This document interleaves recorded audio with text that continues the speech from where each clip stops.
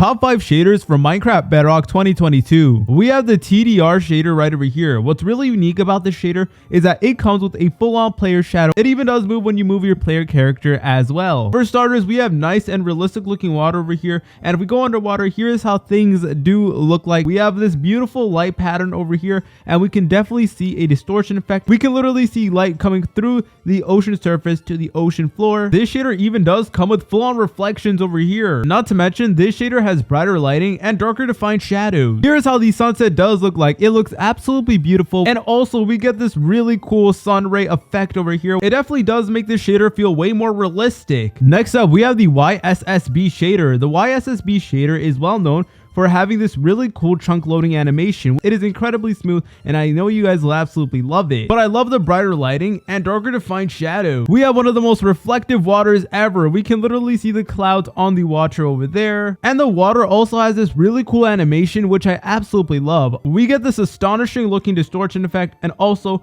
we get this really cool lighting pattern, which you guys should be able to see, along with realistic looking clouds and a realistic looking sun. And we have one of the most beautiful looking sunsets ever. And also we have one of the most beautiful night skies ever. Take a look at that shooting star over there. It is absolutely astonishing. We also have these cool auras, and it's even reflected on the water. This is the Musk shader. It is made to be incredibly simplistic, but we still get brighter lighting and darker defined shadows. We have one of the most realistic looking waters over here. As you can tell, it's nothing over the top, but we do get a nice water animation. And also we have a reflection of the sun on the water over here, which is definitely a good touch. If we go underwater, here's how things do look like. As you can tell, everything is made to be much more simpler. We can see, basically everything is pretty transparent. I hope you guys are able to notice, but these clouds literally move whenever we stand still, which is another highlight of the shader. And here's how the night sky does look like. Pretty dark. We have the RealSource texture pack over here. I've been a fan of this pack for years, and I have nothing but good things to say about it. From realistic armor, realistic stone,